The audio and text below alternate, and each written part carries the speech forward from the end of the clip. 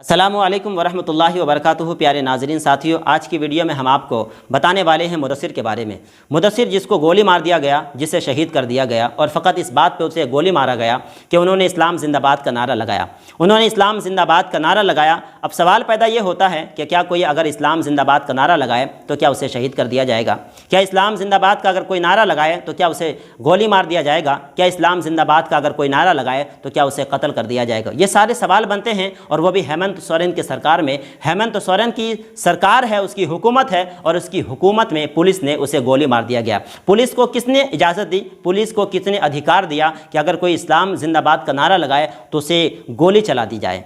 ये सारे सवाल बनते हैं। तो इसी तरह जमशेदपुर के मौलाना गुलाम ज़रक़ानी साहब ने झारखंड की हुकूमत से मांग की है और उन्होंने अपील की है कि जिन्होंने मुदस्सिर को गोली मारी है, 2 बच्चे शहीद हो गए हैं, 2 बच्चे को गोली लगी और रिसालत माब सल्लल्लाहु तआला अलैहि वसल्लम की हुर्मत के लिए वो शहीद हो गए। उन्होंने मांग की है कि झारखंड की हुकूमत से मांग की है कि जिन्होंने उन बच्चों पर गोली चलाई है उनके साथ सख्ती के साथ कार्रवाई की जाए। आइए मैं पूरी बात आपको सुनाता हूँ पढ़ करके कि मौलाना गुलाम ज़रक़ानी साहब ने क्या हुकूमत से कही है। तो आइए मैं आपको पढ़ के बताता हूँ।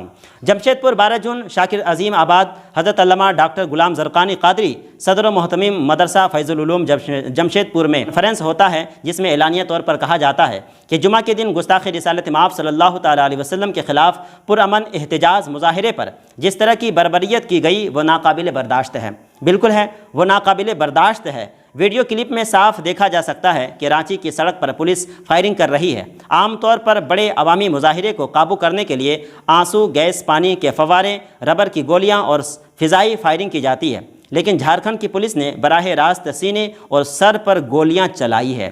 बिल्कुल हाँ, सीने और सर पर। एक अफसर नामी लड़का है जिसको 6 गोलियां लगाई गई, जिसके अंदर 6 गोलियां पेवस्त किया गया, उसके अंदर से 4 गोली निकाली गई और 2 गोली उसके जिस्म में मौजूद है।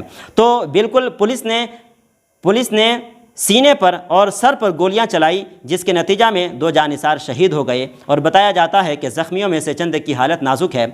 अब सवाल ये पैदा होता है कि झारखंड की पुलिस ने आलमी ज़ाब्ते और हिंदुस्तानी क़वानीन की पासदारी क्यों नहीं की? बिल्कुल ये सवाल पैदा होता है कि उन्होंने पुलिस को किसने इजाज़त दी है कि हिंदुस्तान के क़वानीन की पासदारी ना करे।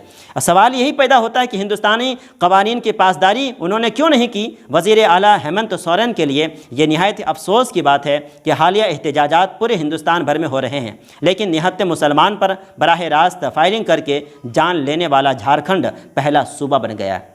जी हाँ, बिल्कुल पहला सूबा बन गया है। कहीं भी पूरे हिंदुस्तान भर में मुजाहिरे हो रहे हैं, एहतिजाज हो रहे हैं, लेकिन कहीं पर भी ऐसा नहीं हुआ। लेकिन झारखंड में 2 बच्चों को शहीद करके झारखंड पहला अपना नाम दर्ज करा दिया गया है कि झारखंड पहला मुल्क है जिन्होंने निहत्ते मुसलमानों पर गोली चला दी गई है।